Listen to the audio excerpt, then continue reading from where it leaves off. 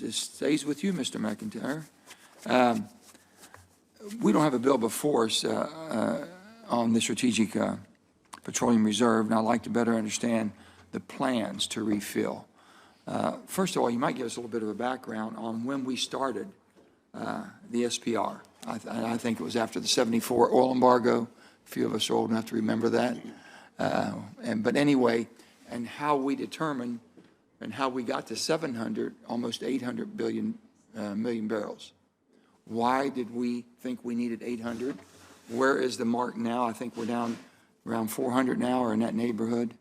And where do you think we need to go? So if you give us a little bit, it might help the committee understand what we're trying to achieve.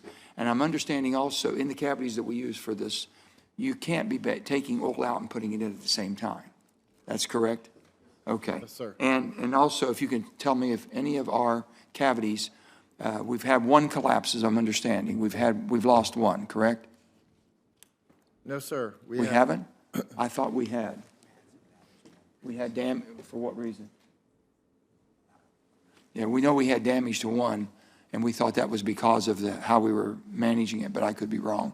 Anyway, explain that, the shape that we're in. What is our total capacity to store oil, and where do you think we need to be? And give us a little bit of background, if you will. Thank you, Senator, for the question. I wasn't old enough to be buying gasoline during the Arab oil embargo, but I was old enough to be in my dad's car while he was waiting in line. While he was raising Cain and cussing, I remember those days.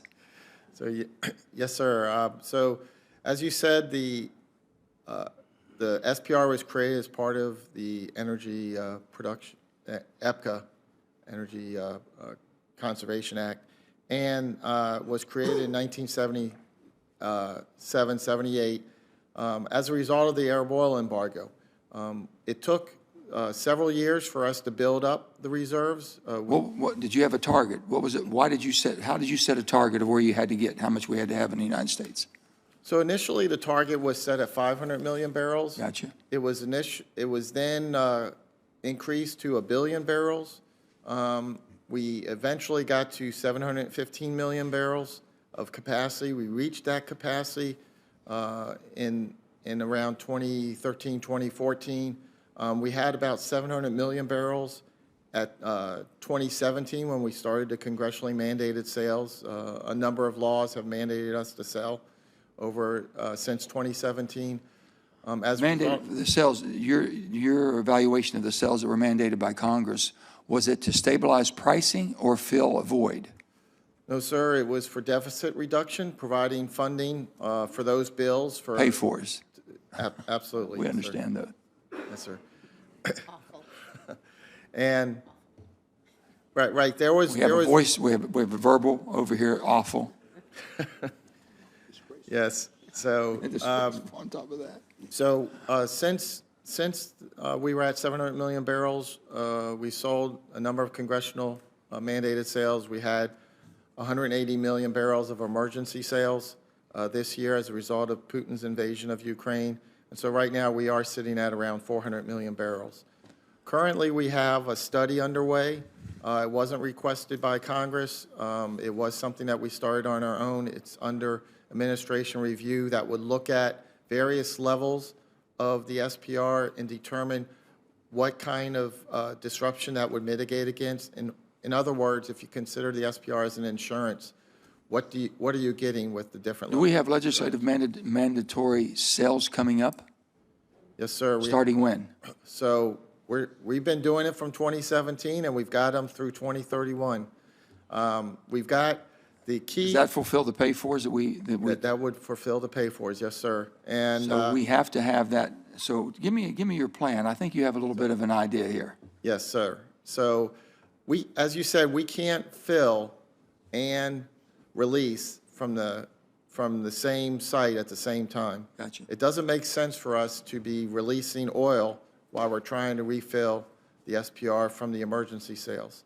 So we're trying to create an opportunity in FY24 through FY27 to stop those sales, either delay them to further out or cancel them and then do a rescission on our account to make sure those pay-fors are accounted. Selling the 180 million barrels, how much money do we have to spend to take off the? So fortunately, yes, sir. Fortunately, we sold high. And so the average sales price for these emergency sales is about $96 a barrel.